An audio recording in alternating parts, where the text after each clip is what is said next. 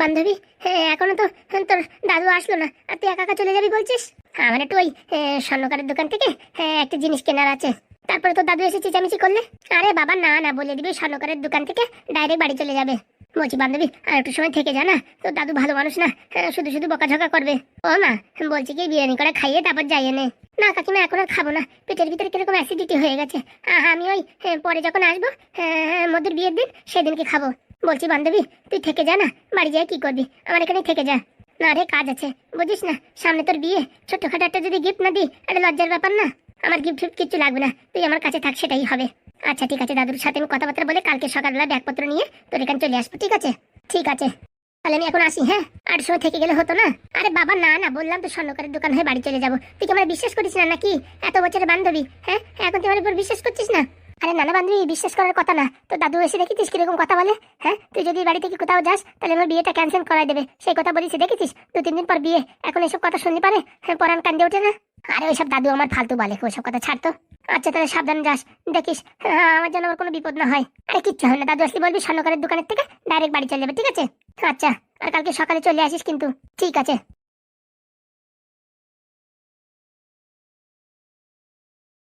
বলছি কি, পায়েল রে খেতে বললাম, খেলো না যে। আর বলো না মা, ওর জন্য আমার টেনশন হচ্ছে। মানে বুঝলাম না। ওই যে বিয়ের পরে আবার সেই ওই ছেলেটার সাথে একটু কথাবার্তা বলিছে, সেটা ওর দাদু জানতে পারিছে, তাই নিয়ে বিশাল বড় ঝামেলা। সত্যি এই মেয়ে ছেলেগুলো আছে, বিয়ের আগে প্রেম করেছিস করেছিস, কেন এসব এখন ঝামেলা ফামেলা করার দরকার? সে ঝামেলা করে বেড়াক গে, ওর দাদু এখন আমার পরে চেতে যাচ্ছে। কেন মা, তুই কি কোনো সাহায্য করেছিস ওর সাথে দেখা সাক্ষাৎ করার জন্য? না না মা, ওই পায়েল আমার নাম করে বাড়ি থেকে বেরিয়ে ওই কিরণের সাথে দেখা করছিল, তার জন্য দাদু এখন আমার পরে চেতে গেছে। ও মা, এটা কোনো কথা হলো নাকি? আর বলো না, তোমার জামাইও আছে, তোমার জামাই ওরে দেখিছে ওই ছেলের সাথে কথা বলতে, সেই কথা যাইয়ে ও দাদুর কাছে বলিছে তোমার জামাই। হ্যাঁ, সেই নিয়েই তো গন্ডগোল। তো জামাই তো ভালো কাজই করেছে, সেই ছেলের সাথে যদি আবার পালাই যেত, তখন তো তোর ওই বুড়ো শালার নাক কাটা যেত। ভালো কাজ করতে গেলি মা আজকাল অনেক দুঃখ আছে, বুঝতে পারিস? হ্যাঁ, তাই তোমার জামাই ভালো কাজ করতে যাইয়ে এখন আমাদেরই বদনাম হতে হচ্ছে। ওইসব ছাড়, এই বিরিয়ানিগুলো খেয়ে নে। খাচ্ছি, তুমি একটু ধরে রাখো, আমি হাত মুখ ধুয়ে আসি। আচ্ছা। হঠাৎ করে ডাকলে যে? কলকাতায় যেতে হবে এই সন্ধ্যার সময়? সন্ধ্যা ফন্ধ্যা জানি না, এখনই ওখান থেকে গিয়ে টাকা পয়সা নিয়ে আসতে হবে। কোথায়? ওই পাদুদের বাড়ি? হ্যাঁ। আমি বাবা ওদের বাড়ি যাবো না, ও বিরাট শ্যানামাল, কোন সময় ঝপ করে আবার কিডনি কেটে বিক্রি করে দেবে বলা যায়। তুই এত ভয় পাচ্ছিস কেন রে কালিয়া? ও বাবা, তোমার তো একটা হিল্লে হয়ে গেছে। এখন আমি প্রেম প্রীত করতে পারলাম না, বিয়ে থা করতে পারলাম না। হ্যাঁ, আমার বাপ মায়ের আমি একটা মাত্র ছেলে, এখন যদি আমার কোনো একটা দুর্ঘটনা ঘটে যায়, তাহলে তো আমার জীবন পুরো অন্ধকার ঘটে যাবে। কিচ্ছু হবে না ভাই, কিচ্ছু হবে না, আমি তো আছি নাকি? তোর বন্ধু কিরণ কি মরে গেছে নাকি? ওরে বাপ, তুই আমারে অন্য কিছু চিতে বাঘের মুখে জাতি বলতি, আমি ঝপ করে যাইয়ে দাঁত ছুঁয়ে চলে আসতাম। কিন্তু এই পাদুদের বাড়ি যার কথা বলিস না রে বাবা, ওরা মানে একটা নক্ষত্র, বুঝতে পারিস? সে তো আমিও জানি, কিন্তু ভালোবাসার জন্য জাতি হবে, বুঝতে পারিস? বলছি ভাই, ভালো তো বাসিস তুই, তো তোর জন্য আমি কেন যাব? কেন তুই আমার ভালোবাসিস না? তো তোরে ভালো না বাসলি কি এখন এখানে দাঁড়ায় থাকতাম নাকি? তাহলে আবার কথা কি, আমার জন্য জীবন দিতে পারবি না? জীবন না দিতে পারলেও মোটামুটি ওই অর্ধেক রাস্তা অব্দি যেতে পারবানি। তাহলে কোনো কথা বলিস না, চুপচাপ চল। চলো পায়েল চলো। বলছি তোমার 500 টাকা আনতে বলেছিলাম, আনিস? 300 টাকায় নিছি। 300 টাকা কেন? আরে বাবার পকেটে যা ছিল তাই ঝেড়ে দিছি, আর তো পাইনি। তাহলে যা আসার খরচা কি করে হবে? বলছি কি, ওই বাড়ি একবারে পৌঁছাতে পারলি ওখান থেকে টাকা নিয়েই তো আসবা, তাহলে তো কোনো সমস্যা নেই। আর আমরা 3জন যাবো, ওই তোমার তো এখন আবার বাস ফ্রি, বুঝেছো? তারপরে মোটামুটি আমাদের 2জনের টিকিট লাগবে, আর যে টাকা বাঁচবে না ওই টাকাতে ঝালমুড়ি খেয়ে ফেলবো। বলছি ভাই, ঝালমুড়ি ছাড়া অন্য কিছু খাওয়া যায় না?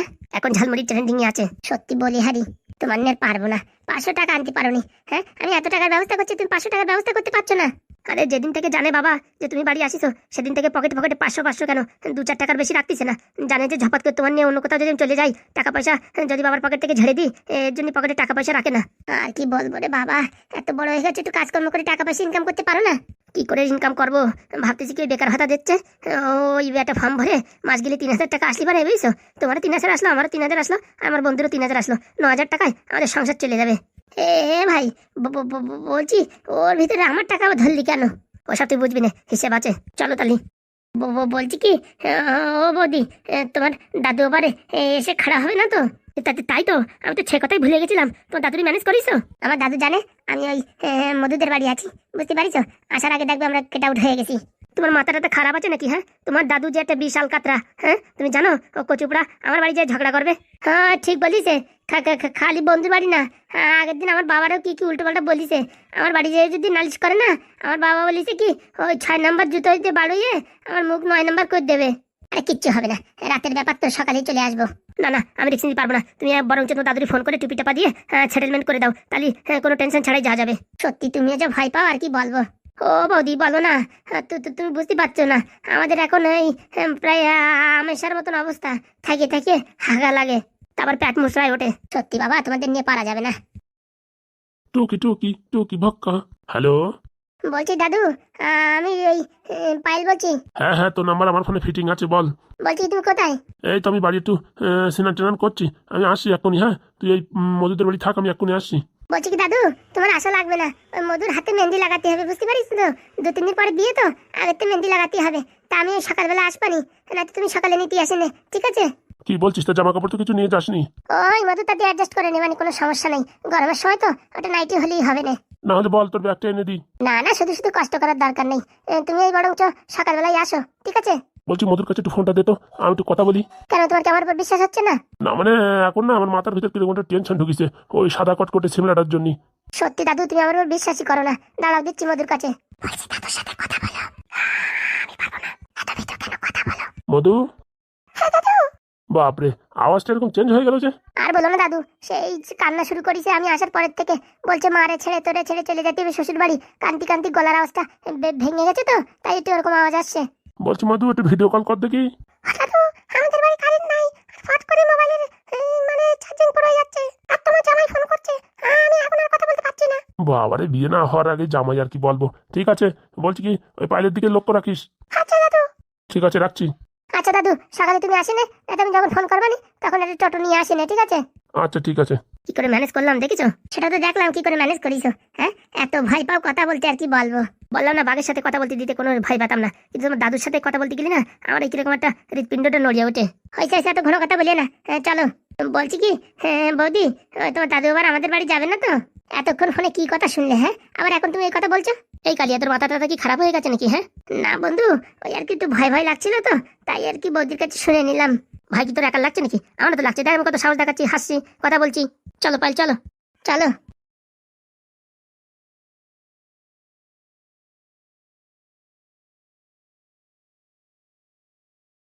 হ্যাঁ কদম, কি বলছিস জানো?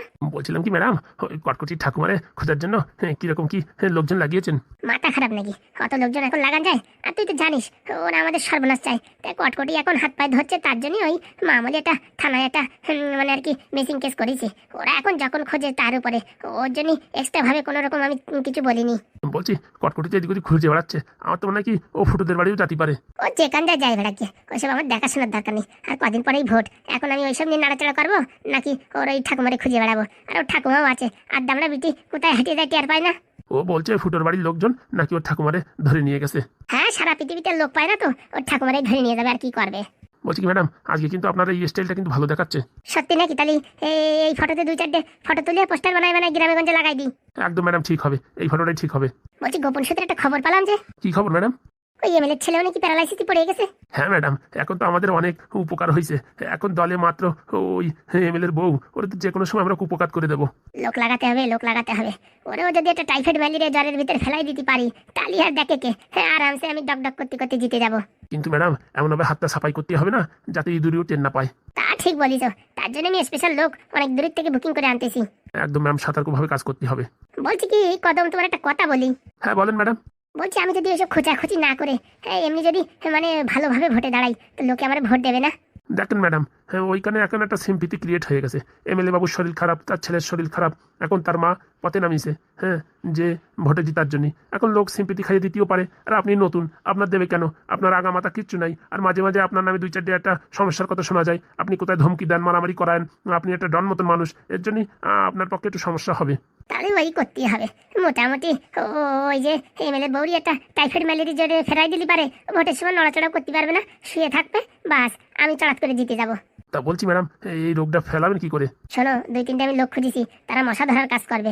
মোটামুটি 4-5 হাজার মশা ধরিয়ে রাত্রিবেলা ওদের জানলা খুলে ওই জানলার ভিতর দিয়ে 5 হাজার মশা ছেড়ে দিলি, সারা রাতে রক্ত চুষিয়ে ওই মোটামুটি ডেঙ্গু জ্বরে ফেলাই দেবে। সত্যি ম্যাডাম আপনি যা বুদ্ধি লাগান না, হ্যাঁ, সাপও চলে যাবে লাঠিও ভাঙবে না। বাবা, রাজনীতিতে চলতে গেলি অনেক বুদ্ধি করতে হয়, বুঝতে পারিস? ম্যাডাম, ম্যাডাম, ওই দেখো গরুর মতন চেঁচাতে চেঁচাতে চলে আসছে। ম্যাডাম, ম্যাডাম, আমার ঠাকুমার খবর পাওয়া গেছে। কোথায়? তাহলে তো ভালোই হলো, আমাদের আর কষ্ট করে খুঁজতে হলো না। কোথায় পাওয়া গেছে? আর তুমি কান্না করছো কেন? তুমি তো হাসবা, তোর ঠাকুমারে খুঁজে পাওয়া গেছে। খুঁজে পাওয়া গেছে, কিন্তু আমার ঠাকুমার শরীর ভালো নেই। কেন, আবার ওই ডেঙ্গু ম্যালেরিয়া হলো নাকি? না না ম্যাডাম, আমার ঠাকুমারে ওই ফুটোদের বাড়ি থেকে আটক করেছে। কি বলছো? হ্যাঁ, ঠিকই বলছি, ওরাই আটক করে রেখেছে। তাহলে আমি ফুটোদের বাড়ি এখন দারোগাবুরে পাঠাচ্ছি। না ম্যাডাম, তাতে আরো ক্ষতি হবে। কি জন্য ক্ষতি হবে? তুমি যখন জানিয়ে ফেলাইছো ফুটোরা আটক করিছে, ওদের বাড়ি যেয়ে দু চারটে গুদুম কাদাম দিলি পারে, এমনিতে সব সত্যি করে বলে দেবে কোথায় রাখিছে, কি রাখিছে, কেমন ভাবে রাখিছে, হ্যাঁ, সব জানা যাবে। সেটা জানা তো সম্ভব না, ওরা এমন জায়গায় ছেড়ে রেখেছে মোটামুটি মোচাকল দিয়ে কেউ খুঁজে বের করতে পারবে না। তাহলে তুমি কি করে জানলে যে ওরা রেখেছে? ফুটোর কথা শুনে আমি বুঝতে পারিছি, ফুটো বলিছে আমার যদি একটা কাজ করে দাও তাহলে আমি তোমার ঠাকুমার যেখান থেকে পারি মাটির তলাতে পারি খুঁজে নিয়ে আসবো। এই কথা বলিছে? তাহলে আর ওরা কোথায় রাখলো? না ম্যাডাম, ওর কথার ভিতরে বোঝা গেছে যে ওরাই শাড়ি রাখিছে। তোমার কথা বাপু আমি কিছু বুঝতে পারছি না। বলছি ম্যাডাম, আপনার কাছে একটা শেষ দাবি রাখবো, যদি রাখেন। হ্যাঁ বলো বলো, তুমি আমার জন্য কত উপকার করেছো, আর তোমার দাবি রাখবো না? তোমার ঠাকুমার খোঁজার জন্য দেখো কত সৈন্য সামন্ত লাগাইছি। বলছি ম্যাডাম, সৈন্য সামন্তর দরকার নেই, আপনি শুধু একটা কাজ করে দেন, আমার ঠাকুমারে ওরা খুঁজে বের করে দেবে। কি কাজ বলো? হ্যাঁ, টাকা পয়সা লাগবে? দেখো এখন ওই 10-15 হাজারের বেশি দিতে পারবো না, ভোটের পরে তখন একটু বেশি করে দিতে পারবো। বলছি ম্যাডাম, টাকা পয়সা কিচ্ছু লাগবে না, শুধু আপনার একটু সাপোর্ট লাগবে। হ্যাঁ তা বলো তো। বলছি পুলিশ স্টেশনের ভিতরে ওই ভারত কোচিং সেন্টারে যে মাস্টারটা পড়াতো না, তারে ধরে রাখিছে। ও আর কি, ওই যে এমএলএ যে আর কি, কি যেন হয় ওই আর কি, বিআই। হ্যাঁ হ্যাঁ, ওই এমএলএর বিআই আর তার মেয়ে, দুইজনেই পুলিশ স্টেশনে ভর্তি করে রাখিছে। ওদের দুইজনে যদি আপনি ছাড়াই দিতে পারেন তাহলে আমার ঠাকুমারে যেখানতে পারে ওই ফুটোরা খুঁজে এনে দেবে। দেখো কটকটি, কিরকম সময় তুমি কিরকম কথা বলো বলো তো দেখি। অন্য সময় হয়তো আমি টান দিয়ে বার করে নিয়ে আসতাম, কোনো কথাই হতো না। আমি এখান থেকে তোমার কথা শুনে যদি পাদুর চাকরি খাতি পারি, আর এই বাবার টান দিয়ে ডান হাত দিয়ে পুলিশ স্টেশনের ওই দুইজনে বের করতে পারবো না? হ্যাঁ, তাহলে বের করে দিন না ম্যাডাম। দেখো কদিন পরে ভোট, এখন যদি আমি এই কাজ করি তাহলে এমএলএর বউর সাথে আমার একটা এন্ট্রি পার্টি হয়ে গেল না। ওইদিকে এমএলএর শরীর ভালো না, এখন আমি যদি সেই অপরাধীদের যদি বাইরে বের করে দিই তাহলে লোকে কি আমার ভোট দেবে তুমি বলো? না না না না, মানে হ্যাঁ, তাহলে ম্যাডাম কি ভোট দেবে? ম্যাডাম এত কষ্ট করতেছে একটু জিতার জন্য, এখন ওই ছোট্ট একটা কাজের জন্য, হ্যাঁ, মানে ম্যাডাম যদি হারিয়ে যায়, সারা জীবন নষ্ট, আর কম টাকা খরচা করেছে, হ্যাঁ, সকাল নেই রাত নেই ঘুম নাই, ম্যাডামের শরীরের অবস্থা দেখিছো, প্রায় 3.5 কেজি ওজন কমে গেছে। একদম ঠিক বলিছে, সকালে মাপিছি 3.5 কেজি ওজন কমে গেছে, বুঝতে পারিছো? দেখো আমি এখন কিচ্ছু করতে পারবো না কটকটি, তুমি দুঃখ পেও না, কিন্তু তুমি দাঁড়াও, ভোটের রেজাল্ট বেরোনোর পরেই যেই দেখবা যে আমি এমএলএ হয়ে গেছি, সেই দেখবা সন্ধ্যের ভিতরে বের করে দেবো দুইজনেই, তখন আর কেউ কিচ্ছু করতে পারবে না। বলছি ম্যাডাম, সে তো এখন অনেকদিন দেরি আছে। না মানে দেরি সেরকম নেই, ওই 10-15 দিন দেরি আছে আর কি। 10-15 দিনই আমার ঠাকুমার অবস্থা কাইল হয়ে যাবে, যে গরম দিচ্ছে, যদি ওরা গুদম করে আটকায় রাখে তাহলে তো সে তো প্রাণে মারা যাবে। শোনো কটকটি, এটা তোমার ভুল ধারণা। ওই ফুটারা যদি তোমার ঠাকুমারে আটকায় রাখে, ওরা মানুষ ভালো, কিন্তু ওই একটু শয়তান হলেও কিন্তু একটা মানুষের সাথে ওই রকম অত্যাচার করবে না যে গুদুম ঘরে আটকায় রাখবে, জল খাতি দেবে না, তেল খাতি দেবে না, ভাতপত্র কিচ্ছু দেবে না। আমার তো মনে হয় ওই সব কিছু খাতি দেবে, তার সাথে সকালে বিকেলে করে একটা করে প্যারাসিটামল ট্যাবলেটও দেবে। কি বলছেন? হ্যাঁ, আমি ফুটোদের যতদূর জানি ওরা মোটামুটি খারাপ মানুষ না, ভালো মানুষ। হ্যাঁ, কদম ঠিকই বলছে, তুমি বাবা চাপ নিও না, 15টা দিন ধৈর্য ধরো, আমি ঝাপাত করে জিতে নি, তারপর দেখো আমি কি করে তোমার ঠাকুমারে বের করে নিয়ে আসি। বলছি ম্যাডাম, 15টা দিন কিন্তু অনেক দিন, আপনি চাইলে কিন্তু এক্ষুনি পারেন। আমি কি বললাম, আমি চাইলে তো এক্ষুনি পারি, কিন্তু লোকজন যে আমারে নফরত করবে, আমার ঘৃণা করবে, তা আমার কি ভোট দেবে? কিন্তু আমার ঠাকুমা, আরে বাবা তোমার ঠাকুমা প্রাণে মারা যায়নি, সে বেচারি ভালো আছে, তুমি চাপ নিও না। এর আগেও তো কতদিন আটকায় রাখিছিল, তোমার ঠাকুমার দেখিছো প্রায় 3.5 কেজি ওজন বাড়িয়ে গেছিল, খাওয়া দাওয়া মানে ভালো দিচ্ছিল, সকালে বিকালে বিরিয়ানি কাটা দিচ্ছিল। বলছি আমার ঠাকুমার অসুবিধা হবে না তো? আরে কিচ্ছু হবে না, তুমি এসব কান্দাকাটি বাদ দিয়ে এখন এই ভোটের প্রচার করতে হবে, সেই কাজে লাগো। কদমরে নিয়ে গিয়ে আমার এই ভালো ভালো করে ফটো দিচ্ছি, প্রিন্ট করে নিয়ে এসে কি কি লিখতে হবে লিখে গ্রামে গঞ্জে সব জায়গা ব্যানার টানাই দাও, বুঝতে পারিছো? সময় বেশি নেই। আচ্ছা ম্যাডাম। দেখো এরকম মুখ পোড়া হয়ে কাজ করা যাবে না, তোমার ঠাকুমারে বের করার দায়িত্ব নারকেল বেগম ম্যাডামের, ঠিক আছে? আচ্ছা, সে জেল থেকে বের করতে হয়, জেলে 2-4 দিনে ঢুকতে হয়, সে আমি দেখে নেব। তুমি খালি মোটামুটি আমার জীতনের জন্য প্রাণপণ চেষ্টা করো, গ্রামে গ্রামে প্রচার করো, বাস দেখো তারপরে আমি কি করি। আরে একবার আমার হাতে যদি ক্ষমতা আসে না, তখন দেখবা আগের এমএলএ কি করিছে, আমি সবকিছু পুরো একদম কাঁপাই দেবো। আচ্ছা ম্যাডাম, আমি এখন থেকে কাজে লেগে পড়ছি। ঠিক আছে, যাও যাও, খাওয়া দাওয়া করে কাজে লাগিয়ে পড়ো। কদম। Yes ma'am. আমি ভালো ভালো কটা ফটো তুলে আসি, হ্যাঁ, তোরা খাওয়া দাওয়া করে ওই স্টুডিও গিয়ে প্রিন্ট করাই নিয়ে আয়, ঠিক আছে? আচ্ছা ম্যাডাম। আমি যতক্ষণ না আসি ততক্ষণ তুই ওই কটকটির সঙ্গে থাক, কটকটির একটু বোঝা ব্যাপারটা, ঠিক আছে? আচ্ছা ম্যাডাম। ঠিক আছে কটকটি, তুমি চিন্তা করো না, আমি একবার পজিশনে আসি, তারপর দেখো কি করে তোমার এই ম্যাডাম। আপনাকে পজিশনে আনার দায়িত্ব আমার ম্যাডাম। আচ্ছা ঠিক আছে, এই শাড়ি পরেই আজকে ফটো তুলবো।